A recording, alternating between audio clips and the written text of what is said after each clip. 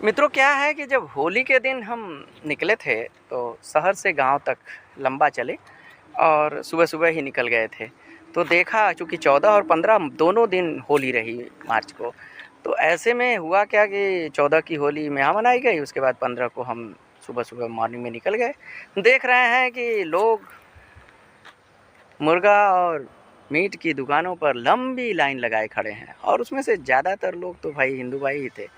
तो मुझे बड़ा आश्चर्य हुआ, मैं ये सोचने लगा कि ये क्या माजरा है। यहाँ तो पूरा सांप्रदायिक सौहार्द है, सभी लोग लाइन लगा के और एक दूसरे का हाल चाल पूछ रहे हैं। कोई रहीम भाई, खान भाई, हाय हेलो, और रमेश भाई सब ठीक है, आपकी दुआ है, खैरियत है, ये चल रहा था। और बड़े बड़े मंचों से देखता हूँ तो हिंदू राष्ट्र बनाने की बात होती है, वहाँ भी भीड़ रहती है। हाँ, वहाँ भी भीड़ सुनती है, यहाँ भी भीड़ देख रहा हूँ पड़ी हुई है और अपना काम कर रही है। तो मुझे लगता है कि ये एक भीड़ अपना काम कर रही है और भौंकने वाले अपना काम भौंक रहे हैं।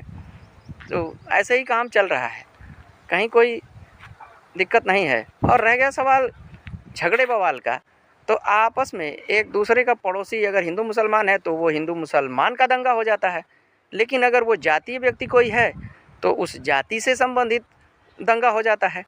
और अगर कोई पड़ोसी सजाती है तो भी विवाद हो जाता है, और अगर प्रेम से रहना चाहता है तो प्रेम से रहता है।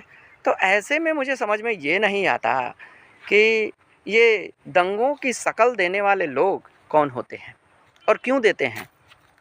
झगड़ा तो किसी से भी हो सकता है और फिर उसमें समाधान भी है, ऐसा तो है नहीं कि समाधान नहीं है।